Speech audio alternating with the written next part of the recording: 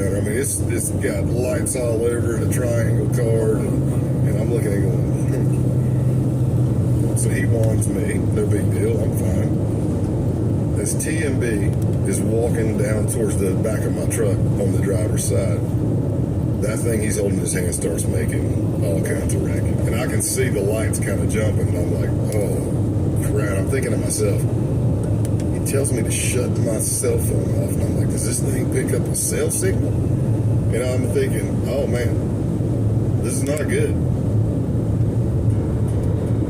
I guess now is a good time to tell you that Scott is an undercover cop. FBI Special Agent Scott Payne. He's not wearing a wire, just in case he gets patted down. But there is a GPS tracker on his truck. So when he says not good, he means holy shit, this is not good. You know, you get kind of the fight or flight, and I'm like, well, it's definitely picking up what's on my truck. And he's not even close yet, and it's picking it up. I don't realize I'm doing it, really, but I'm already setting my right leg back, like almost fighter stance, Not like bowing up, but I'm getting ready. And as he's getting towards the back of the truck, Pestilence says, hey, do you think it's the power lines? And TMB says, you know what? I don't know. And he walks over. So he starts walking over the power lines, and that thing goes nuts. And he's like, shit, man, yeah, it is picking up the power lines. So he tells me, hey, I need you follow us. We're going to go somewhere else. Well, as I get back in my truck, I'm now calling the cover team. And I'm saying, hey, you need to shut this tracker off. But while I'm talking, I'm actually like bringing my drink up to my mouth.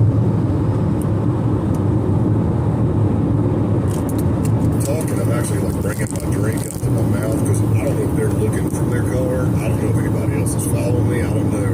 I'm holding the phone down in my lap and I'm talking, trying to not be so obvious. Scott and his FBI cover team don't know a lot about these guys in this crew, but they do know they're probably armed and definitely paranoid about their secrecy. So, that tracker. And what the team tells me is we're not sure if we shut it off remotely, if we can get it back on. And I said, well, you need to shut it off, or it's going to be probably the quickest undercover meet I've ever had. So I'm following him, and he pulls into this parking lot of what appears to be an abandoned, or at least nobody's working while we're there, concrete plant. I just kind of giggle, and I'm like, empty concrete plant. I mean, in what movies has nobody died at the empty concrete plant? All the, like, half the action movies I've seen. Scott gets out of the truck and stands arms out, so TMB can use his whatever wand thing to search him again. And it starts to rain, like the heavens open up in a southern monsoon. Perfect pathetic fallacy for this Hollywood drama. Scott is trying to look nonchalant, but his heart is beating louder than the rain. If he needs backup, he knows the team doesn't have eyes on him. TMB moves towards the truck.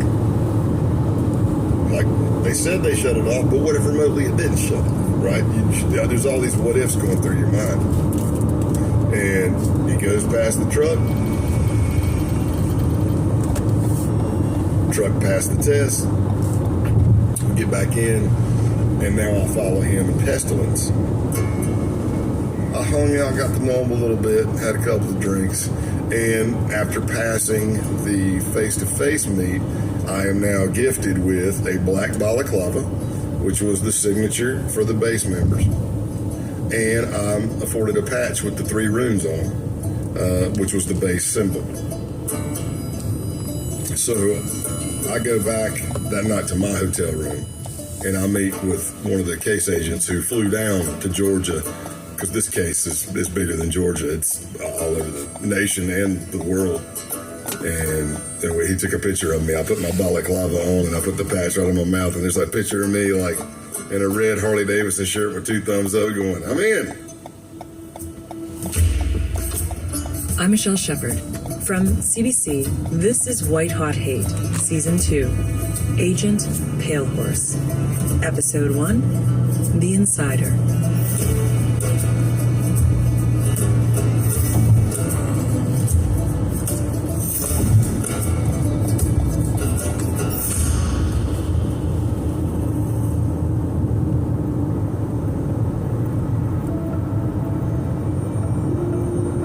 If you listened to the first season of White Hot Hate, maybe this is all sounding a little familiar.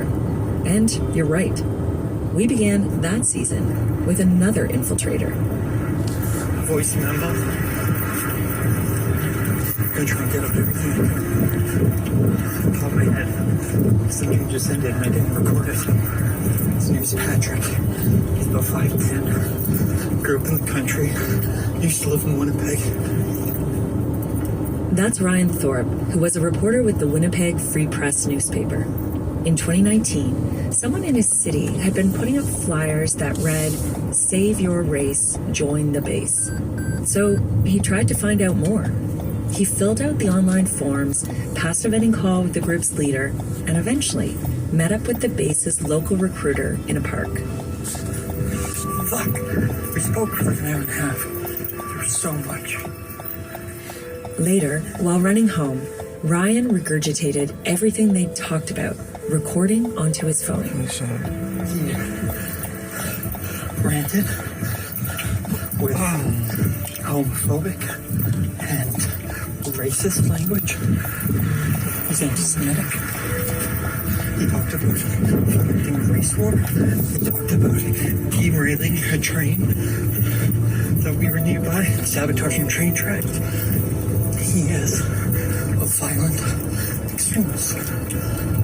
Hold on. That violent extremist was Patrick Matthews. He was a reservist with the Canadian Armed Forces, a combat engineer who was trained in the use of explosives.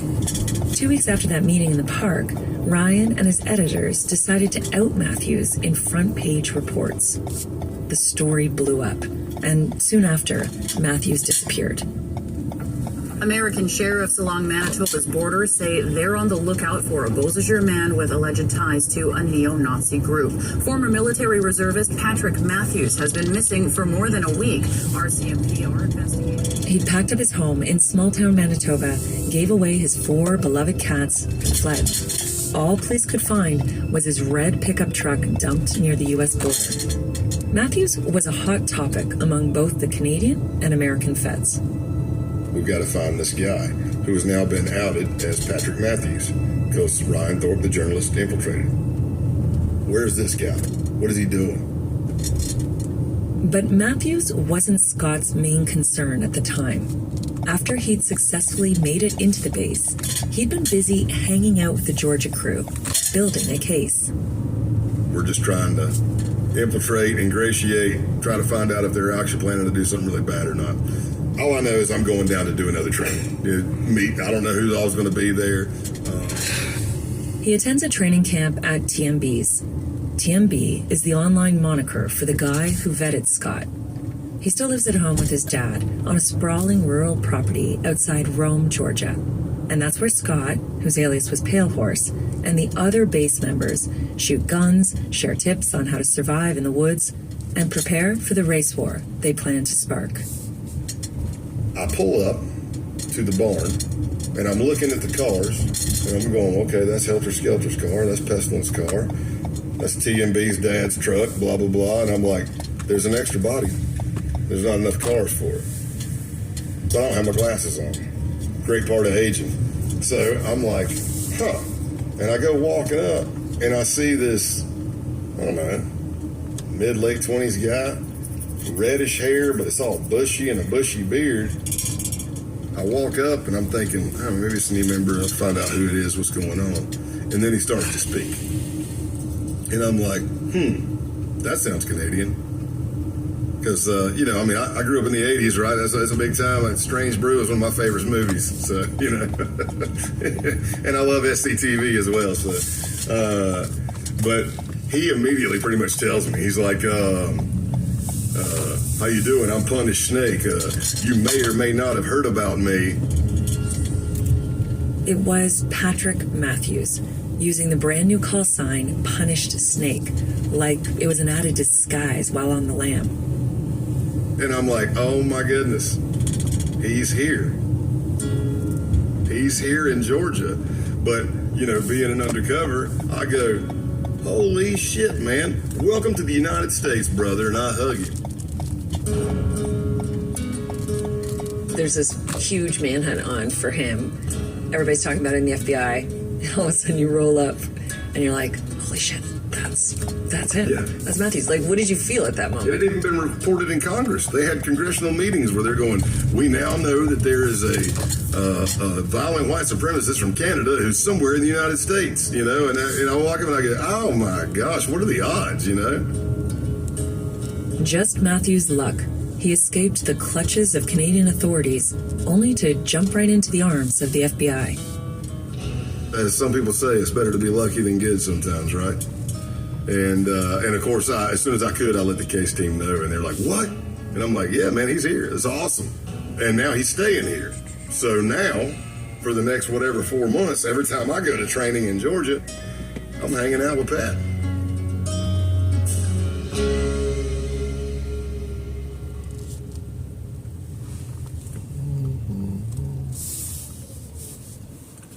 In the fall of 2001, while Americans were still grappling with the horror of September 11th,